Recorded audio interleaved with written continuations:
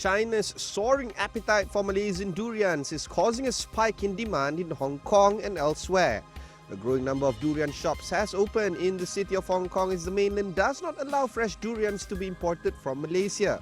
Minister of Agriculture and Agro-Based Industry Ahmad Shabri Chik has announced that Malaysia is preparing to start exporting fresh durians to China. Both currencies were currently in negotiation on an agreement that will allow Malaysia to export fresh durians within this year. Exports of the fresh fruit to China has reached record levels, but only in the form of the fruit being taken out from its thorny shell, cleaned and packed before taken out of Malaysia. We speak to Malaysia's largest durian exporter, Hernan Corporation, to find out more about the business. Here's my conversation with the founder and group CEO of Hernan Corporation, Anna Teo. Talk about durian, if you don't go into China market, I mean you are not in the market because the demand, everybody knows the Chinese are crazy about Malaysian durian. Our government had did a very good part by promoting the durian. Of course, in year 2006, when also there's a lot of homework done by our attaché in China, in Beijing, has actually done a lot of bilateral preparation to get us into China. So when year 2011, when the Wen Jiabao Premier, he accepted the durian to be imported into China, so everybody is start preparing for this business. So now, those days I was the one and only pioneer, but when China is open, I have so many competitors venturing into China market. But for me, this is good because at least a competition is created where we can actually improve ourselves, and there will be much more competitions, and we definitely can improve from there. But the Chinese market is so huge and the demand is insatiable. Do you think that the market is underserved even with the current number of suppliers right now? With the current supplies of the whole Malaysian plantation, we cannot even supply 5% of China. Wow. That is very true. But the price of current durian is actually created a very, I would say, unhealthy market price, which is actually above 100 plus. But definitely those people who are connoisseurs for durian, they don't mind paying for that price because they know good durian is definitely from Malaysia, which is the Musang King.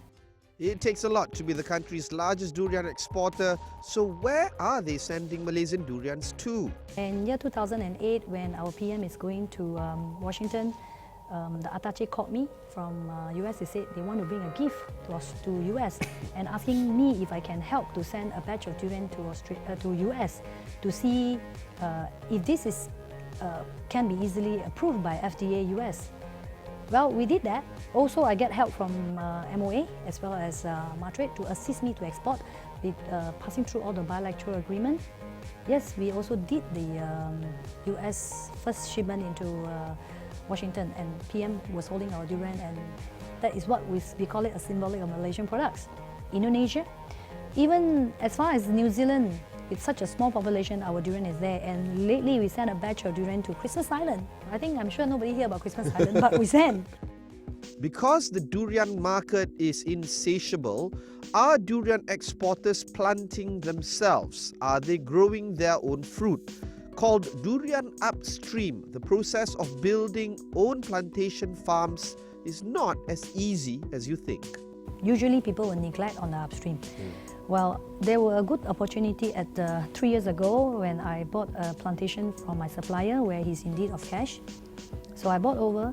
Why? Because I want to understand how does actually the upstream market works in order for me to actually invest into upstream for maybe in a bigger scale. Yeah. Well, it's not as easy as we thought, you know. Of course, you need a lot of resources, you need a lot of backup, you need a lot of funding definitely on this. And don't forget, durian takes about 6 to 7 years to grow, to get the actual harvesting. So we have a small plantation acreage, about 40 plus acres, but this is not sufficient. So what we do is we leverage with people, we do contract farming, we work with farmers that are willing to supply us constantly with good quality of durian, of course. If I'm doing it alone, my impact is quite small. If you have a group of people who are looking into this as a market, I always welcome to come in. You know, we can do collaborating together. Okay. So this will in fact bring a stronger Malaysian durian for international market. So I strongly believe that this is another platform to brand ourselves up, as at least we are recognized by Bursa that we are here preparing ourselves for an IPO. But I regret that I didn't invest much, because I know the market is going to be big if China is opening. But I didn't know it's so fast, you know, like every year our volume is it's not double the size, it's 5 times the volume of the year before that. Yes, and the next year is 10 times. And even have the order which I cannot even fulfill, you know, which the demand from a big chain that we required, which is actually 700 times on what I currently can supply. Wow. Which is actually quite scary, because you know why? Nobody will does that kind of investment not knowing the actual future of it. So this is my things that I look back why I didn't do up on my upstream. With the demand outpacing the supply by up to 700 times per annum, is the time right for companies like Hernan Corporation to raise capital from the market to boost their capacity? Is it time for the country's largest durian exporter to do an IPO? But I'm excited, you know, people are talking about IPO, which I never thought that I would do it. With what I am doing for the past, I was just thinking that I should work hard and work smart.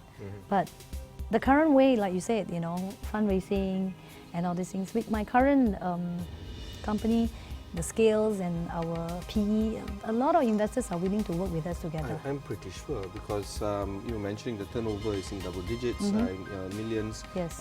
You are still the #1 durian exporter in the country. You were mentioning the PE ratios are there. The only thing that is stopping or withholding you back, and of course the market is there as well, China is there.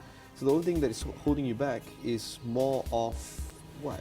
Well, look here. When I do the market, I'm upfront. Okay, I foresee the burung walet, the bird nest issue. I was there in China when the news came up. I was there, looking and stunned and say, "Oh, what happened to my industry having the same issue? What am I going to do? How am I going to overturn if I put everything in one basket? How am I going to do it just because of my only market is China?"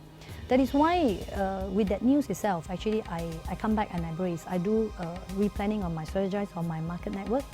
I actually put a bit more on the US market. We have to have a 40-60. Let's be balanced. So I would say China will be my 60% of my market. The rest of the globe will have 40. So anything happen between with China, we still have something to back on. Building a company as unique as Hernan Corporation and having the title as the largest durian exporter in the market does bring about interesting management style. How does Anna fit her management approach for the durian export business?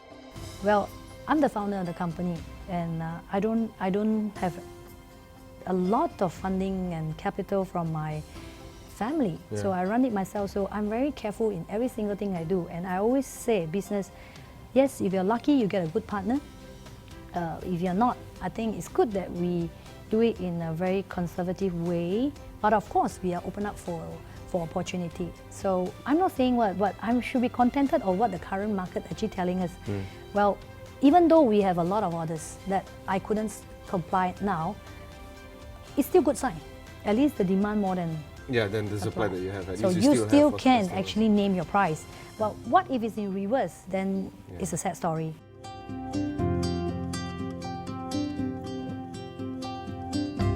Let's talk a little bit about the halal industry. Is the halal industry in any way impacting the business? Well, I would say I speak highly on halal. Everybody knows that. I don't believe in product without halal. It's nothing to do with religion, but it's the way how they keep track on the processing. I always sell my product as a halal product, even though to a country that doesn't require it. It does help us a lot, especially now people are recognizing the halal logo, and especially Jakim from Malaysia.